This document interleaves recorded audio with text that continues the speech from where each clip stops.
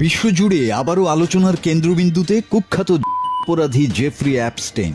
মার্কিন যুক্তরাষ্ট্রের বিচার বিভাগ প্রকাশ করেছে অ্যাপস্টেইন সংক্রান্ত লাখ লাখ গোপন নথি, যা নতুন করে নাড়িয়ে দিয়েছে বিশ্ব রাজনীতি। এই অ্যাপস্টেইন ফাইলসে এবার উঠে এসেছে ভারতের প্রধানমন্ত্রী নরেন্দ্র মোদীর নাম। প্রকাশিত এসব নথির কয়েকটিতে উল্লেখ রয়েছে 2017 সালে ইসরায়েল সফর ঘিরে প্রধানমন্ত্রী মোদীর নাম। নথিতে দাবি করা হয়েছে তৎকালীন মার্কিন প্রেসিডেন্ট ডোনাল্ড ট্রাম্পকে খুশি করতে মোদী ইসরায়েলে সাংস্কৃতিক আয়োজনে অংশ নিয়েছিলেন। এমনকি নেচে গেয়ে সময় কাটানোর কথাও লেখা রয়েছে তাতে। Beyond the fact of the Prime Minister's official visit to Israeli এই তথ্য সামনে আসতেই ভারত জুড়ে শুরু হয় রাজনৈতিক ঝড়। ভারতের পররাষ্ট্র মন্ত্রণালয় এক ভিডিও বিবৃতিতে এসব অভিযোগকে ভিত্তিহীন ও নিন্দনীয় বলে প্রত্যাখ্যান করে।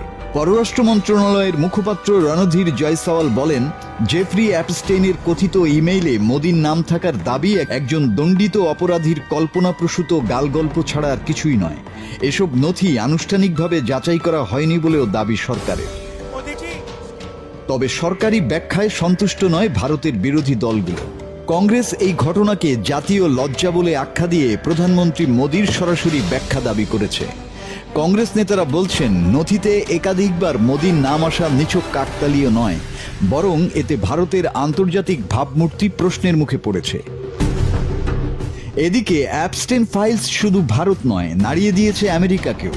নতুন প্রকাশিত নথিতে Donald Trump, Elon Musk, Bill Gates, Prince অ্যান্ড্রুর মতো বিশ্বখ্যাত ব্যক্তিদের নামও উঠে এসেছে। মোট প্রকাশ করা হয়েছে 30 লাখেরও বেশি পৃষ্ঠা, 1,80,000 ছবি ও প্রায় 2,000 ভিডিও।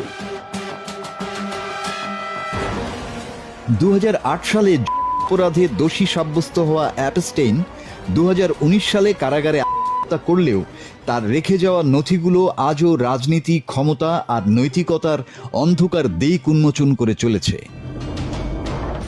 এই ফাইলস কি কেবলই গালগল্প, নাকি ক্ষমতার আড়ালে লুকিয়ে থাকা ভয়ঙ্কর সত্য? মাসুদ হাসান, বাংলা টিভি।